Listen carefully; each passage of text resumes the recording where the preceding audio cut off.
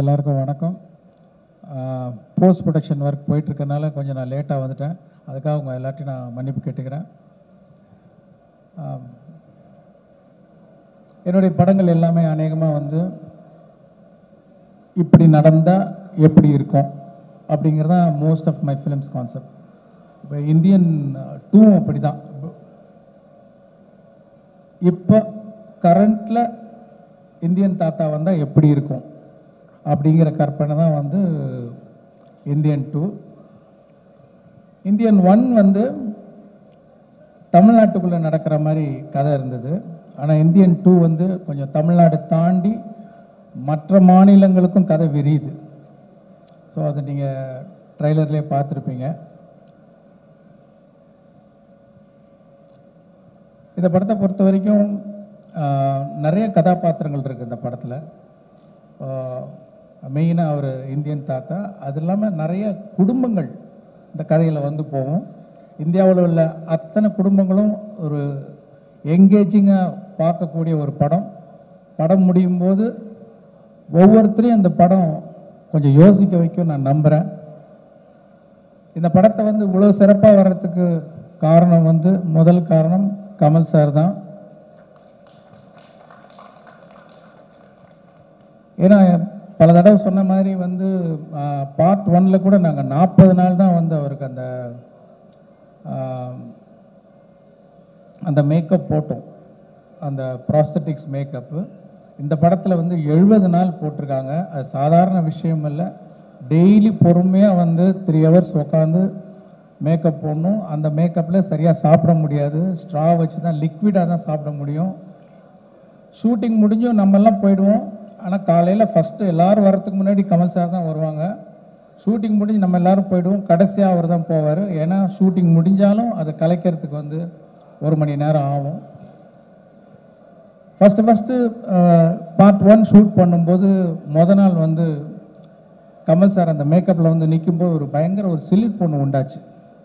இப்போ அதே சிலிர்ப்பு 28 வருஷம் கழித்து அவர் ஃபஸ்ட்டு மேக்கப் டெஸ்ட்டுக்காக போட்டுட்டு வந்தப்போ எனக்கு பயங்கரமாக அதே ஃபீலிங் வந்தது. இன்னொன்று, ஒவ்வொரு நாள் ஷூட்டிங் நடக்கும்போதும் வந்து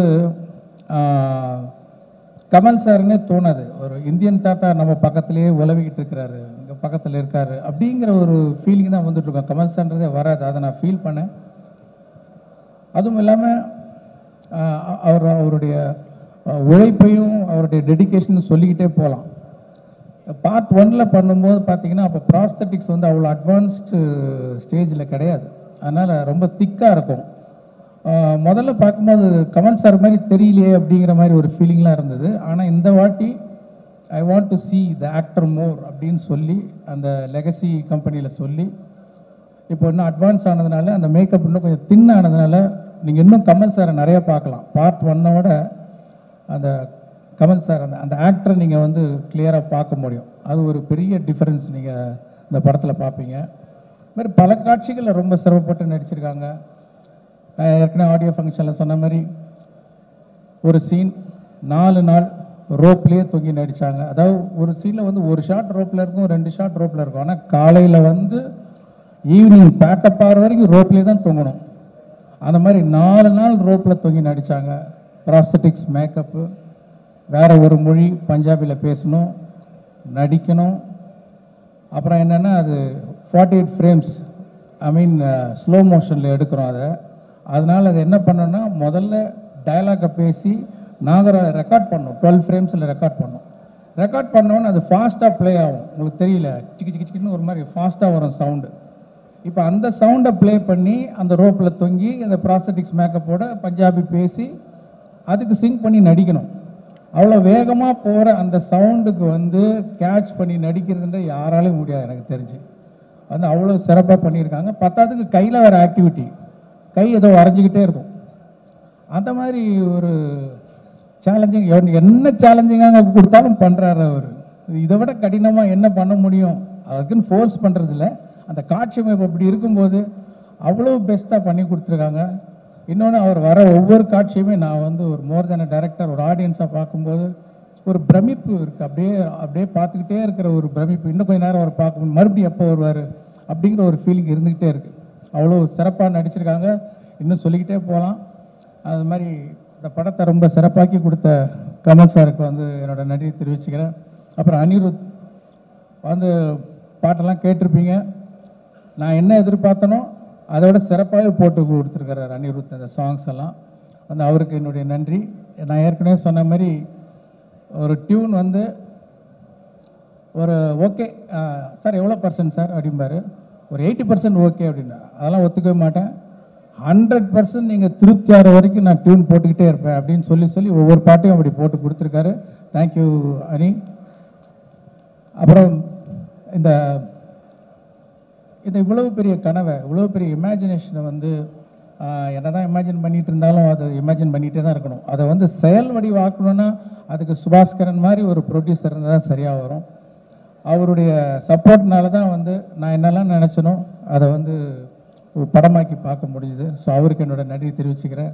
இந்த படம் கம்ப்ளீட் ஆகிறதுக்கு உதவியாக இருந்த தமிழ்குமரன், செந்தமூர்த்தி அவர்கள், அவங்களுக்கு என்னோடய நன்றி.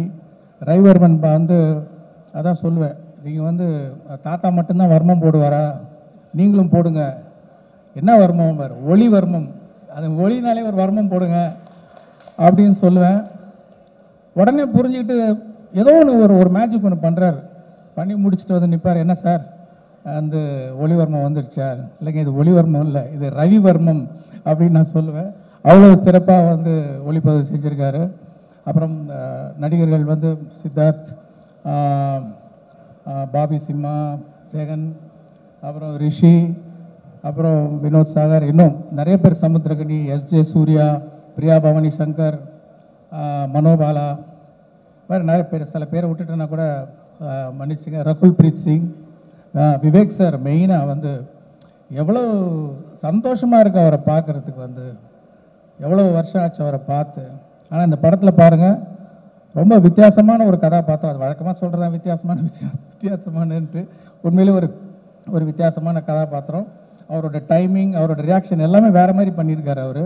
அவர் வரும்போது அவ்வளோ சந்தோஷமாக இருக்குது பார்க்குறதுக்கு. அந்த சந்தோஷம் கண்டிப்பாக வந்து அவருடைய ரசிகர்களுக்கு மட்டும் இல்லை, எல்லா ஆடியன்ஸுக்குமே வந்து ஒரு சந்தோஷமாக இருக்கும். இன்னும் வேறு யாராவது நடிகர்கள் பேரை சொல்ல விட்டுருந்தேன்னா மன்னிச்சிங்க. அதே மாதிரி டெக்னீஷியன்ஸ், அந்த குணால் ராஜன், ஃபஸ்ட் டைம் அவரோட ஒர்க் பண்ணுறேன். வந்து இழைக்கிறாரு சவுண்டு. அதாவது ஒரு சின்ன பார்த்தீங்கன்னா இந்த ட்ரைலரில் நிறைய ஷார்ட்ஸ், நிறைய டீட்டெயில்ஸ், அத்தனைக்கும் சத்தம் கேட்கணும். ஏன்னா இந்த பக்கம் மியூசிக் போயிட்டுருக்கு, இந்த பக்கம் டயலாக் போயிட்டுருக்கு, இந்த பக்கம் எஃபெக்ட்ஸ் போயிட்டுருக்கு. இதில் எதுவுமே மிஸ் ஆகாமல் எல்லா சவுண்டும் கேட்க வைக்கிற ஒரு நல்ல மேஜிக்கை பண்ணியிருக்காரு குணால். அவருக்கு என்னுடைய நன்றி. இந்த படத்துக்காக உழைச்ச அத்தனை பேருக்கும் என்னுடைய நன்றி நான் தெரிவிச்சுக்கிறேன். அதே மாதிரி பார்ட் 1 நீங்கள் வந்து சப்போர்ட் பண்ணி அதை வந்து ஒரு பெரிய வெற்றியாக்குனீங்க. அதே மாதிரி இந்த படத்தையும் நீங்கள்லாம் சப்போர்ட் பண்ணி பெரிய வெற்றியாக்குன்னு உங்கள்கிட்ட நான் தாழ்மையாக கேட்டுக்கிறேன். நன்றி, வணக்கம்.